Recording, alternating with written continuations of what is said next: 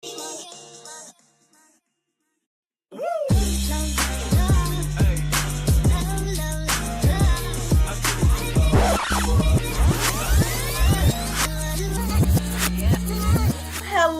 thank you again for joining.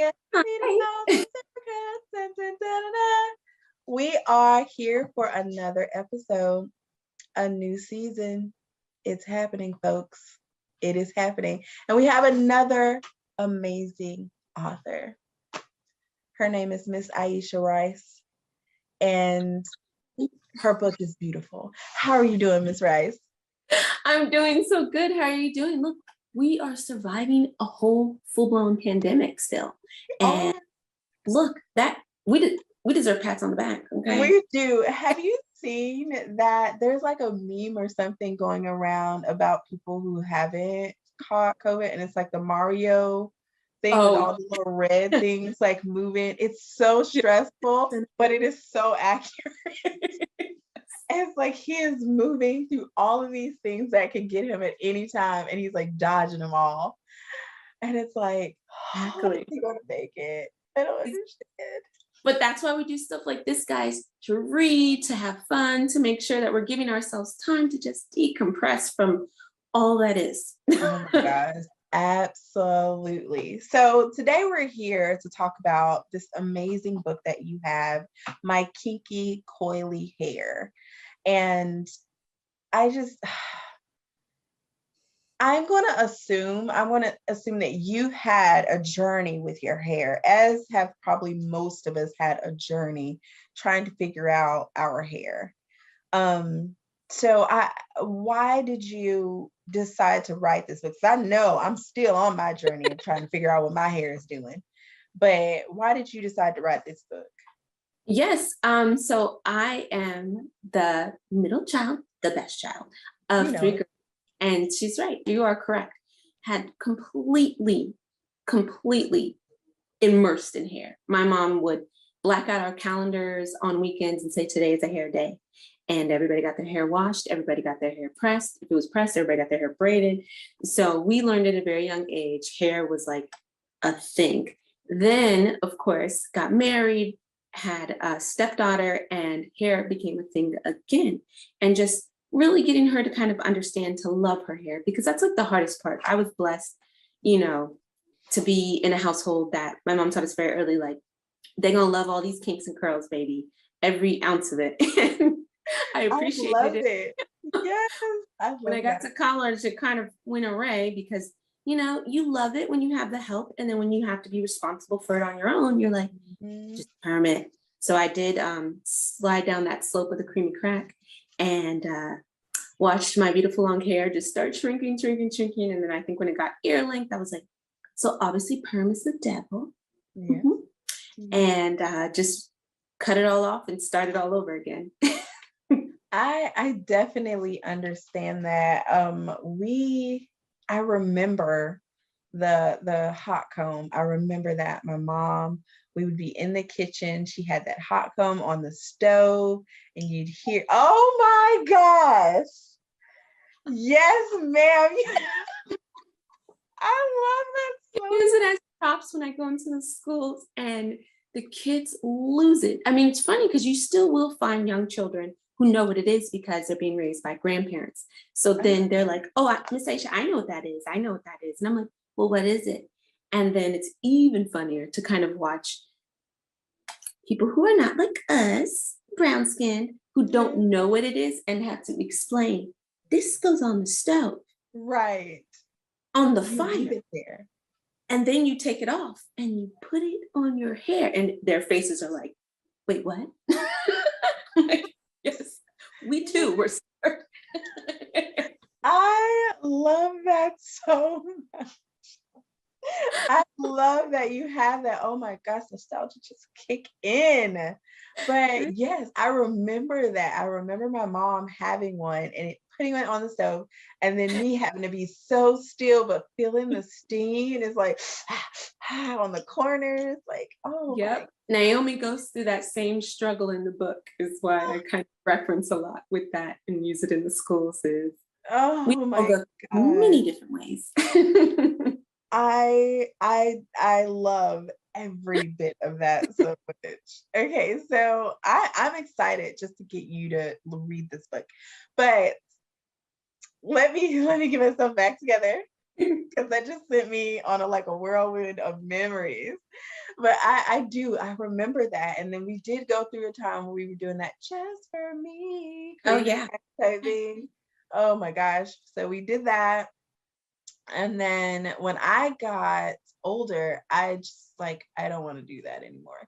So I started doing more natural things and trying to figure out, and still to this day trying to figure out how my hair is working and skin sensitive and all that stuff. But for you, I'm excited to hear about Naomi, but your book, even just you, you're just an amazing person. So at this point, you have your degree in paralegal. So your certificate as a paralegal, you have your undergraduate degree as a journalism. You are married, and you are in DC, Virginia, and Maryland by way of California. There's just a whole world of lives here. What? What? Many lives lived. Yes. I love it. I don't think I've lived. I feel like I've lived a lot of lives within the place that I'm in right now, because I don't think I've moved a lot, but in this place I've done a whole lot of stuff. So I definitely get that, and I feel the magic of having all those lives. So I'm gonna have you read the book, because at this point I am just stuck in this spot of wanting to hear about the journey with Naomi and this hair and seeing that tool. Oh, so go ahead, read the book. I'm just gonna sit back. I might grab a teddy bear or something, and just listen, because I am in awe right now. We love it. Well, to start off our story, guys, every morning I wake up and try to figure out what to do with my kinky, coily hair. After fighting and pulling with no success, I go downstairs for breakfast. Are you trying out for the circus? Naomi, Darius laughs. Stop teasing your sister, my father says. Sweetheart, let me help you with your hair, my mom says. You have such beautiful hair, princess. Mom, no, I don't, I muttered under my breath. Ever feel that way? In school, all I could think about was my hair. Why was mine so different? Why couldn't I have hair like Kathleen, long and blonde, or even big brown curls like Jocelyn? Anything had to be better than my kinky, coily hair. I'd even prefer to wear a wig like the lady from my history book. Seriously, anything had to be better than my kinky, coily hair. That day at recess, I got dirt in my hair. I grumbled because I knew what that meant. Hair wash, right? You play hard, and what happens? What happened to your hair? My mom asked. Playing, I laughed. Well, child, you sure do play hard. She laughed. She looked through my hair. Tomorrow we're washing your hair and straightening, because picture day is Monday, she reminded me. Okay, I groaned. The next morning, we woke up early to give Mom extra time for my hair.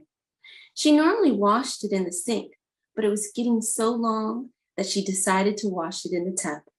Washing wasn't too bad. It actually felt good when she massaged my scalp. Naomi, sit back, Mom instructed. I need to get all the shampoo out. As I jumped up, she reminded me that we need a deep condition. Why? I whined. Your hair needs moisture. You don't want it to fall out, do you? No, ma'am. Section, detangle, and twist. I placed the shower cap on my head. I glanced at myself in the mirror. I laughed because it made me look like a chef or a lunch lady from school. The special is goulash with a side of bug juice, I joked. 15 minutes later, we rinsed and headed to the living room for my least favorite part of the process. Any guesses? Blow drying. Oh, I hate blow drying. Come on, Naomi. It's only a little left to blow dry, Mom said. But Mom, it's been forever and my butt feels numb. I said, well, silly, you have a lot of hair. I sat on the stool in the kitchen as my mom ran the flat iron through my hair. When she was younger, she said Grandma used to use the hot comb on the stove. Well, when she comes close to my edges, I always have to close my eyes because I swear I could feel the heat on me. Oh, Naomi, calm down, she laughed. I'm not even close. On Monday, I was so excited to show off my new hairstyle. Take your raincoat, Naomi, Mom chimed. Mom, I'm fine. Naomi, bring your umbrella because I will not straighten your hair again if it rains, she said. At school, my friends and I were excited to see how my pictures came out with my straight hair. Recess was great. Even when Miss Rice warned us to come in, nobody wanted to go. The rain began to drop and I tried to cover my hair, but it was too late. When I got inside, I ran to the mirror, crimped and puffed. The moisture made it curl back up. After school, Darius tried to cheer me up as we walked to our grandma's house. Sis, your hair looks good in any type of weather. I tried to smile back, but couldn't. What's wrong, my child? My grandmother asked me. I asked her if she ever wished she could change something about herself. Naomi, what would you change? She asked. My kinky, coily hair, I answered. Why on earth would you change that? She asked. Well, it's too thick and I can't ever do it, I said. It takes too much work to maintain. Come on, child. Let Grandma show you something. We walked into the living room. She pulled out a photo album. In the album were old pictures of my grandma, grandpa, and mom.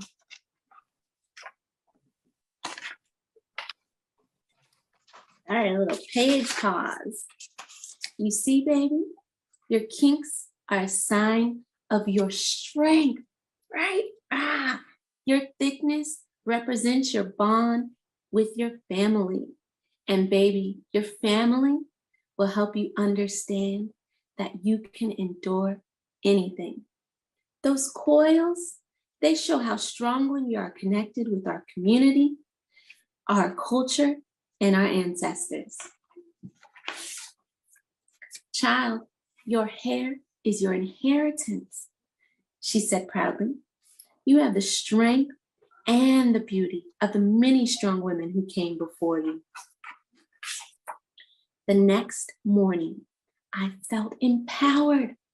As I looked in the mirror, I smiled. I was proud of my hair, whether it was twisted, straightened, wrapped, or in an afro. The possibilities and styles were endless. I was so excited, but mostly I was excited because my kinky, coily hair was uniquely me.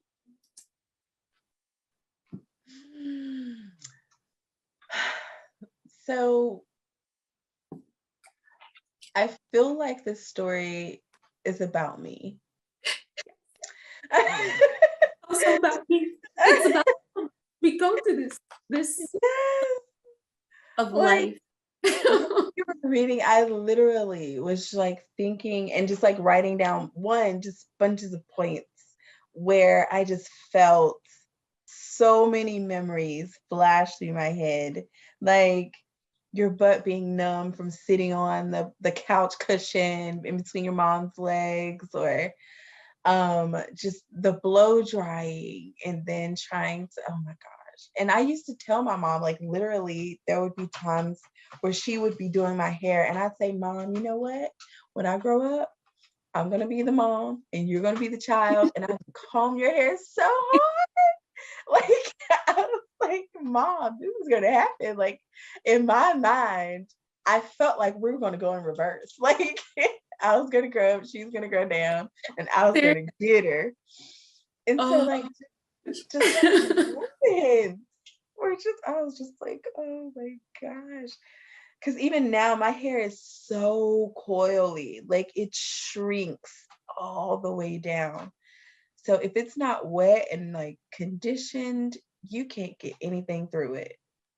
Yep, it agreed. And now wintertime protective styling, because I now have a lot of hair, and I realize it's a lot to maintain. Like Naomi says, Mhm. you have to be very strategic with our hair and how you maintain it. And just realizing all the kind of different things that have to be done as far as moisture, and why we need to explain that to people that, hey guys, I can't just like quick fix. Absolutely. But we had to find joy in the process, because that's the beauty is you could see me in braids, or I can have a nice little big afro out. I can have twist out. I could have so many hairstyles. And that's where we kind of have to lean into our uniqueness, is that the reality is we don't want to just have cookie cutter same hair, or blonde hair, straight hair. A Yeah. little boring. Our hair defies gravity, does so many amazing things. And that is probably the reason why people was hating. Okay, people were hating, and we call it what it is. But now it's about just standing in your truth and being okay to just be different and be like, yes, my hair is braided and I can put beads if I want to. Oh my gosh. I- Don't get me started with beads, honey. Let my mama put them beads in my Girl, hair. Click, you hear this comb smack? everywhere. Yes. Everywhere. No need to do it, but I did it anyway. You couldn't tell us nothing. Give me some beads. Okay, be running and forget. Okay. Gosh. Even now, I have to like stop myself. I was like, Eric, you're not a kid anymore. You don't need beads. Like, you don't. If Because it's just the principle of the thing. I It is do just the little jewelry, the little clips, like the little gold yes. clips. It's just so beautiful. Why not? It's our crown, ladies. Adorn it. Gosh. I had locks for a while and I loved putting those like little clips and stuff in my hair. And then they have now the like seashells or those little shells and stuff like that. It's so much. Yes. They Cowrie have shell. so much of that stuff. And I'm just like, I love it. Like I cut my hair eventually because of course I have like sensitive scalp, and so I'm trying to learn, but I loved all of it. I've had so many hairstyles. It's crazy. That's But our. oh, oh, I love it. I love being able to do anything I want with my hair. It's red now because, Exactly. And look, ladies, we're not throwing shade to any of the wig wearers, because trust, your girl will wear a good old wig. If you want to switch it up, put on a wig. Just do what makes you happy with your hair. Unapologetic. matter of fact, over to my right. Oh, faithful, look. Hey. Look, for real. I was like, it can happen any day.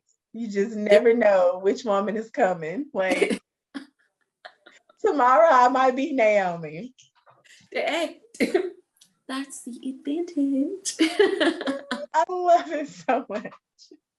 So when you're writing your books, is there anything that inspires you to write your books?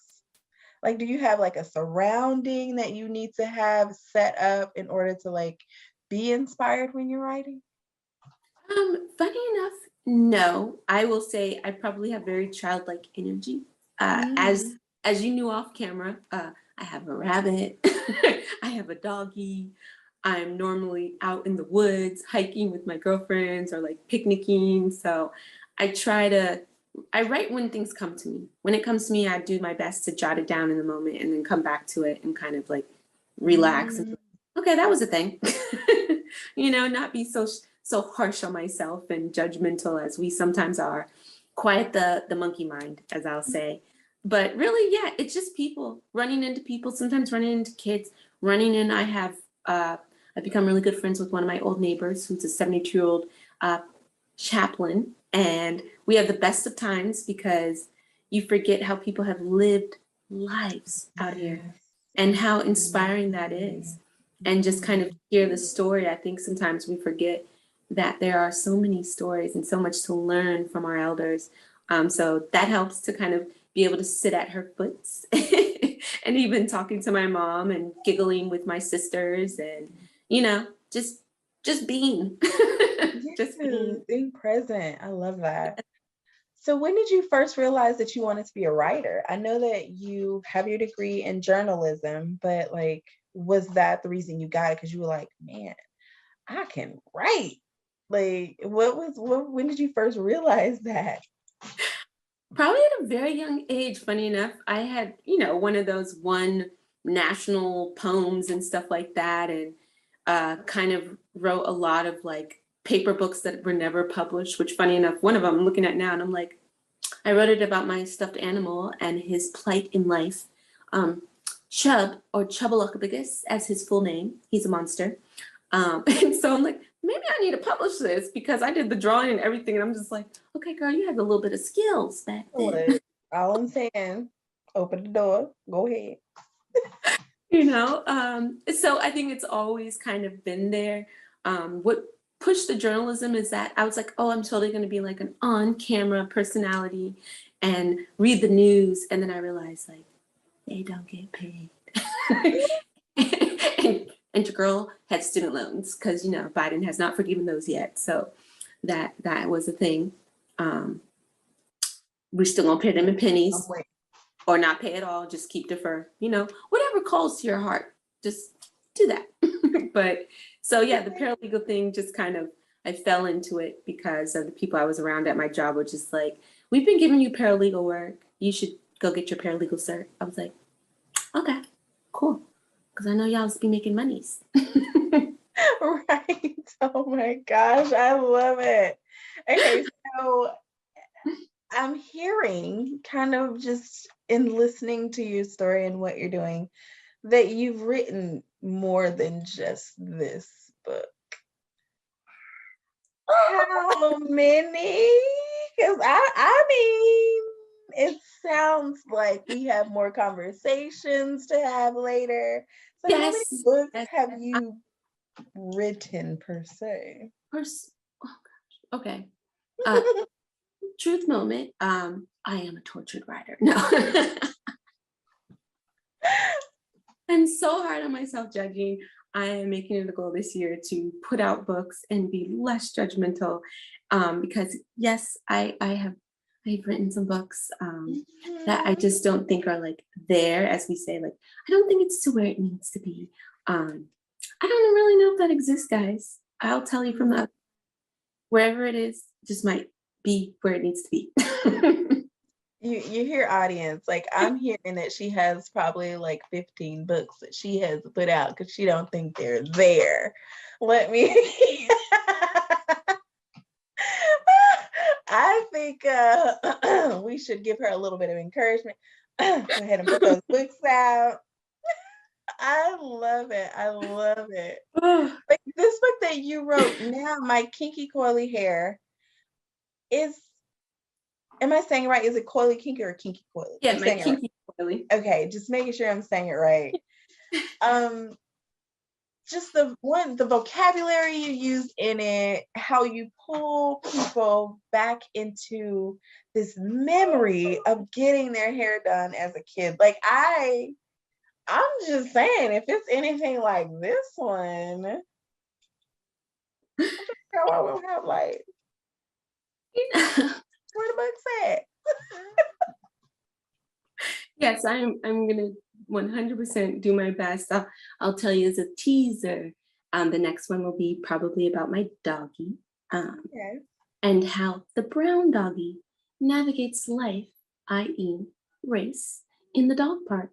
Because, it was funny enough, that one came from a real life situation where my husband would take the dog to the dog park. Nobody would speak to the big black man. I would take the dog to the dog park. All these black men, oh my gosh, da da da. So they knew my dog and would speak to my dog, even when my husband was there. They'd be like, oh, we see you, Charlie, we see you, but not speak to him.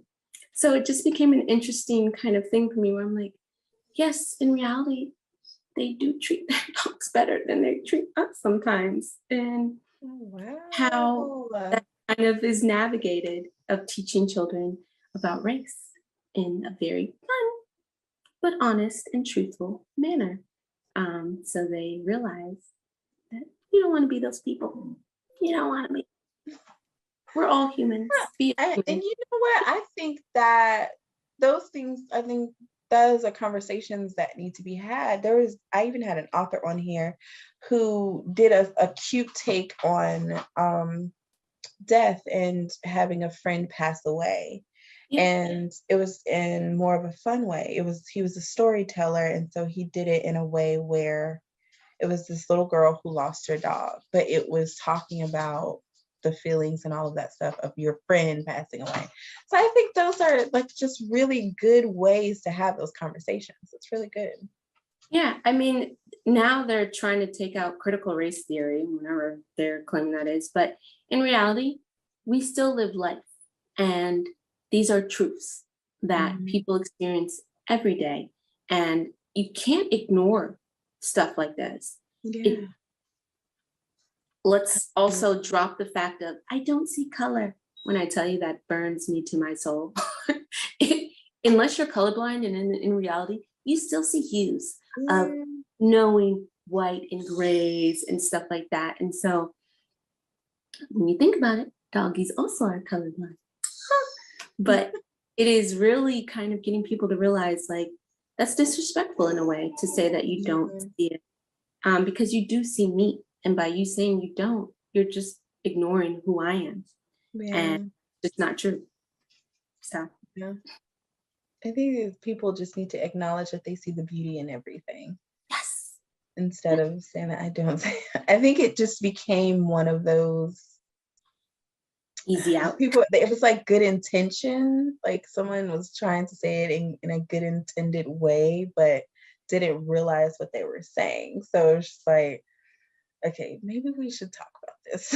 we gotta dissect a lot of bad habits we've had as a culture, as a society. Just, we need a little work. We gotta go to therapy. we got a little work to do. So as a child, were there any books that inspired you in a way, even ones that you share with your stepdaughter and children now? Yes. And it's so bad because I'm drawing a blank. It is oh my gosh,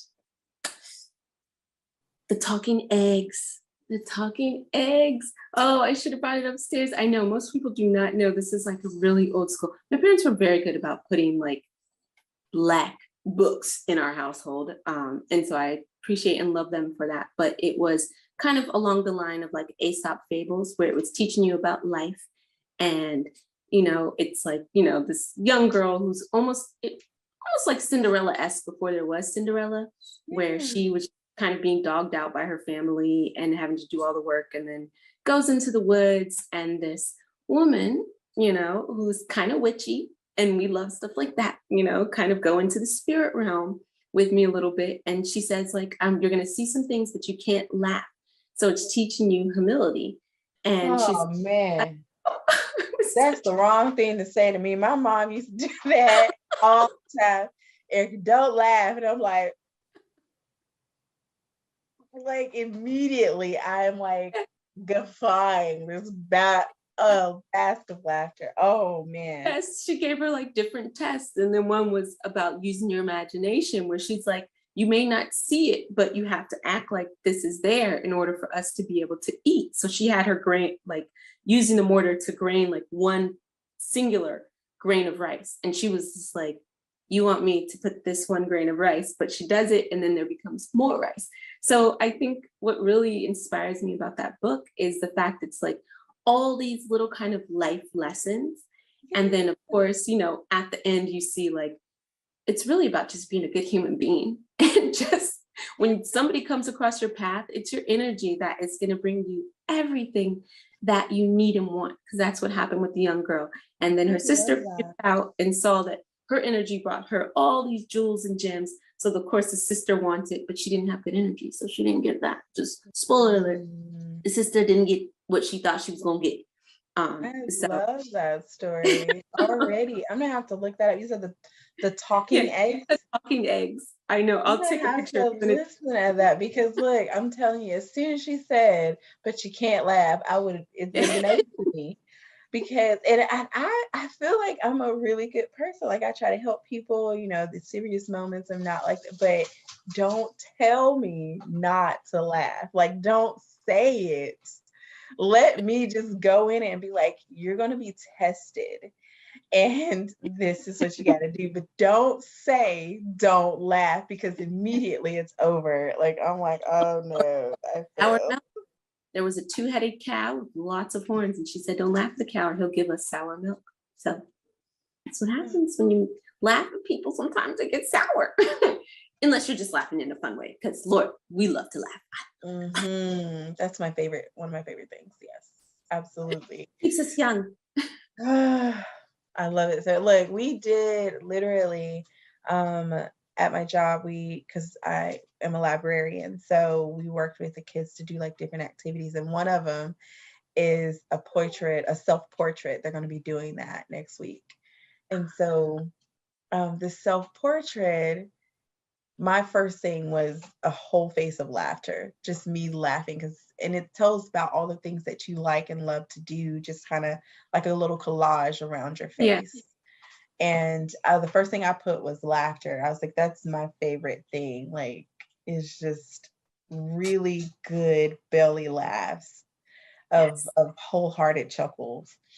So I definitely feel that. I'm gonna have to get that book though. Like, absolutely gonna have to get that book. You got me thinking. I know, girl. It's always books that I have. Abi Yo-Yo. I don't know if anybody knows that one. That's an old, also like Aesop fable kind of book. Yeah, I think my parents in their circle. When people say it takes a village, it takes a village. And your village may look a little different, and that's okay. But you take from everybody's experience that's around you. And that's what's so amazing, is that you constantly have people who are just giving you different pieces to the puzzle of your life. And then you look back and you're like, how did I even learn all these random things? Look, folks, you see how amazing she is? I can't, you can't believe I wrote these books down. And I'm really sad right now because this is where we kind of come to the end of our interview.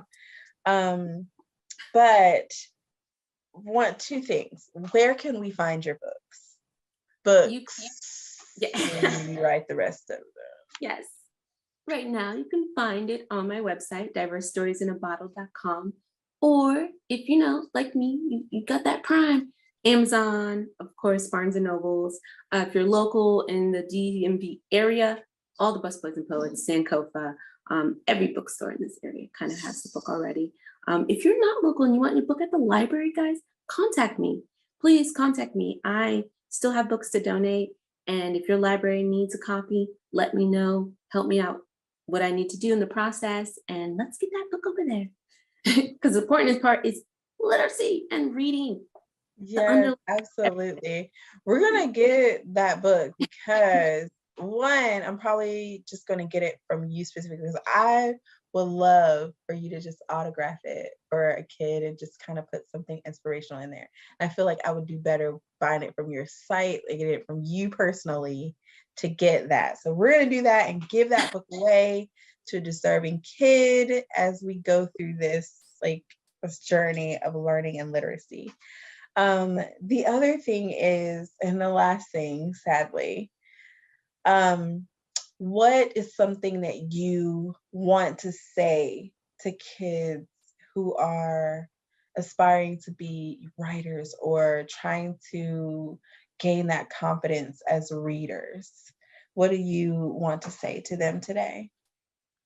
So to both my readers and my writers, be patient. Be patient with yourself. Don't give yourself, like, it's hard, especially as a new reader. It's hard. We all have gone through it. But on the other side of it, you will be so amazed by all the amazing stories that you're going to read and the cool things that you're going to be able to do. And even if you transition from just a reader into a writer, think of anything. Our imagination, everything starts in your imagination. That's what I'll say. Literally everything. We are on the internet. That was somebody's imagination that made it. My book came from my imagination. So it's a matter of figuring out what story comes from your imagination, and just use your imagination as much as possible. That's amazing. Yes. Yes. Feel the inspiration flowing. Yes. I can't wait. Like after this, I'm just gonna go read a book just because I feel like I just need to. Like I just want to sit and read in peace. Yes. It takes you to yes. Traveling without going anywhere. Absolutely. So this is a time we have to say goodbye, but I am so thankful and grateful that you decided to come and read your book to us today and to just share your story with us. Thank you, thank you, thank you. Thank you for having me. I will see you guys again soon. Yes. So guys, if you want to find her, again, check her out on our website or Barnes & Noble, Amazon, all of those things. We have to say goodbye, but we'll be back again next week for another episode of Read Aloud with Miss Erica. Dun, dun, dun, dun. See you guys later.